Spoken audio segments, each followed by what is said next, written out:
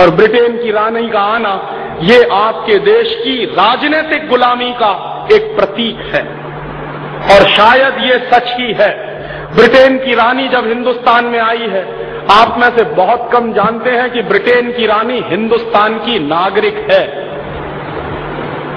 कौन से कानून के आधार पर, आप पूछेंगे अगर मुझसे, तो कानून कौन सा है? 1897 में इस देश में एक कानून बनाया गया था जिसका नाम है इंडियन सिटीजनशिप एक्ट। और 1897 में वो जो इंडियन सिटीजनशिप एक्ट का कानून बनाया गया, वो अंग्रेजों ने पारित किया था लंदन में। और अंग्रेजों ने 1946 के इंडियन इंडिपेंडेंस एक्ट को पारित करने के बाद क्या किया था? उस कानून के पारित होने के बाद भारत और पाकिस्तान का बंटवारा किया था अंग्रेजों ने।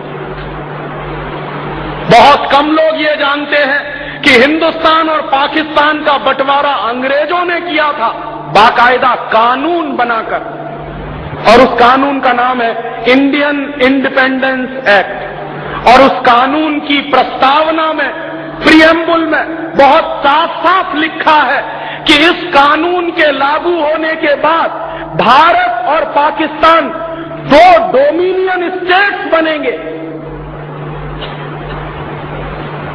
डोमिनियन स्टेट्स का माने क्या होता है?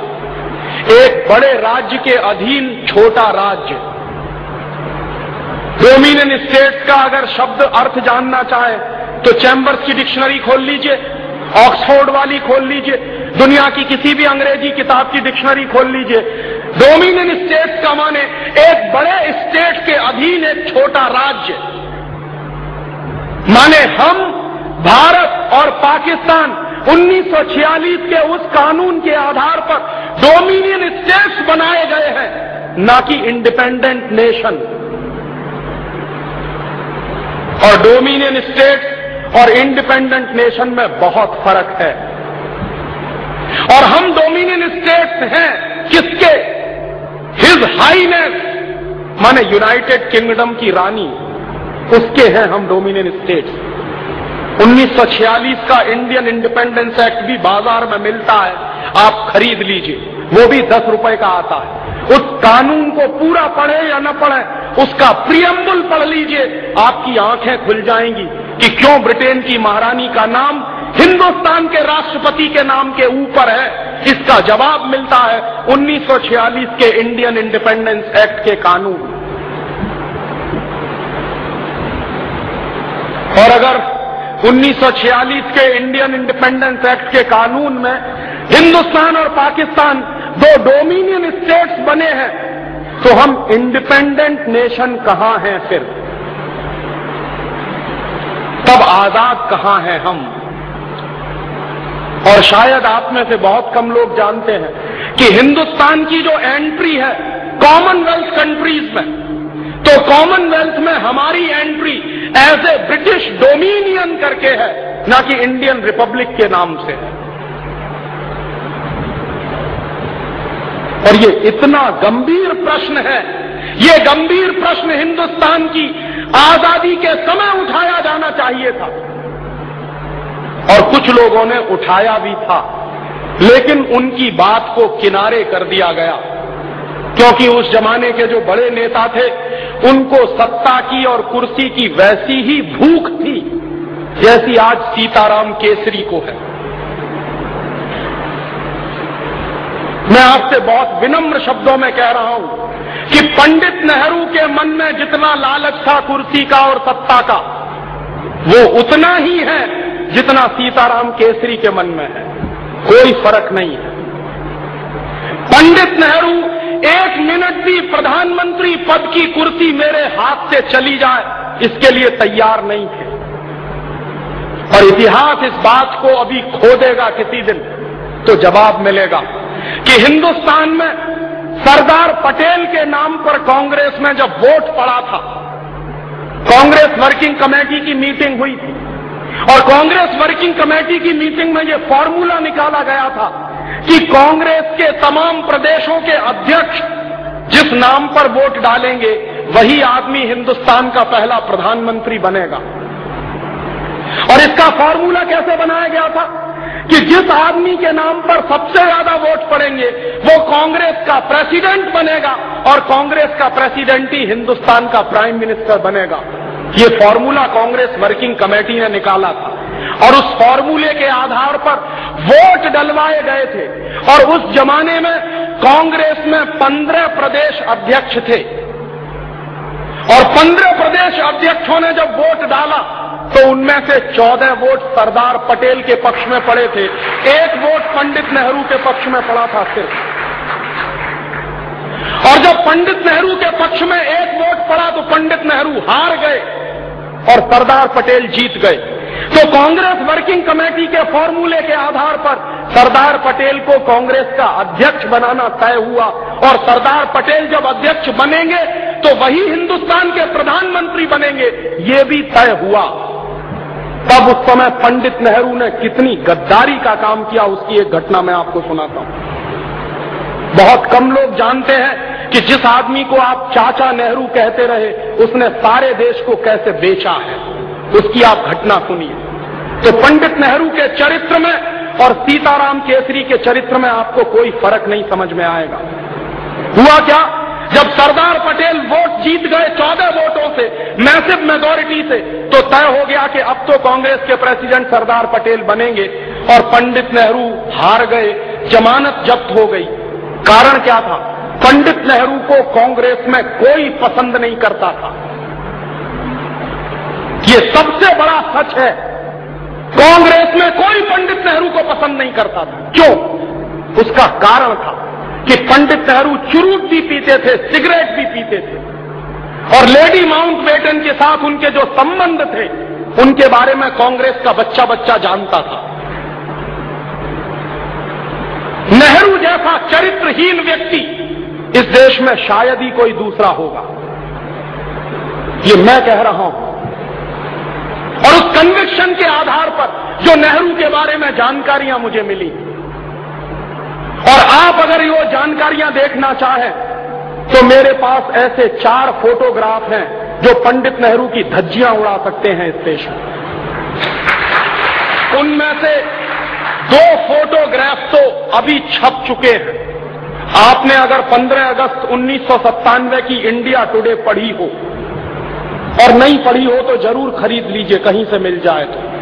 उस 15 अगस्त 1997 की इंडिया टुडे में पंडित नेहरू के 2 फोटोग्राफ छपे हैं और उन दोनों फोटोग्राफ को देखने के बाद किसी भी शर्मदार आदमी की आंखें शर्म से नीचे झुक जाएंगी। वो उस आदमी के वो दृश्य हैं उसमें। कोई भी शर्मसार आदमी ये मानने को तैयार नहीं होगा कि ये हिंदुस्तान का पहला प्रधानमंत्री था। इसलिए कांग्रेस में पंडित नेहरू को कोई पसंद नहीं करता था, लेकिन पंडित नेहरू को सबसे ज्यादा पसंद करते थे अंग्रेज और लॉर्ड माउंटबेटन। लॉर्ड माउंटबेटन को तो बाकायदा भेजा गया था पंडित नेहरू को फंसाने के लिए और पंडित नेहरू उसमें फंसे थे। तो लॉर्ड माउंटबेटन और अंग्रेज पंडित नेहरू को पसंद करते थे। क्यों? क्योंकि पंडित नेहरू के बारे में सभी अंग्रेज ये कहा करते थे कि ये आदमी शरीर से हिंदुस्तानी है लेकिन इसकी आत्मा अंग्रेज है, इसलिए इसके हाथ में सत्ता दे दो तो कोई वादा नहीं है, अंग्रेजों का ही शासन इस देश में चलता रहेगा। इसलिए अंग्रेज पंडित नेहरू को पसंद करते थे और अंग्रेज चूंकि पंडित नेहरू को पसंद करते थे तो बाकायदा पंडित नेहरू की छवि अखबारों में बनाई गई थी मीडिया हाइप के आधार पर। इस देश के जननेता नहीं थे वो। जननेता होते तो क्यों 14 वोट सरदार पटेल के पक्ष में पड़े और क्यों एक ही वोट पंडित नेहरू के पक्ष में पड़ा?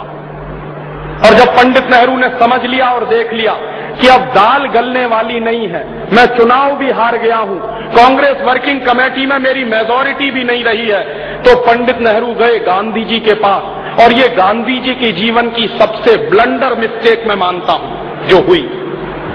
क्या किया? पंडित नेहरू गए बापू के पास और बापू को उन्होंने सीधे सीधे कहा कि बापू, अगर मैं हिंदुस्तान का प्रधानमंत्री नहीं बना तो मैं कांग्रेस को तोड़ दूंगा, और अगर कांग्रेस टूट जाएगी तो अंग्रेज हिंदुस्तान से नहीं जाएंगे, फिर उनको ये बहाना मिल जाएगा कि कौन सी कांग्रेस को हम सत्ता दें।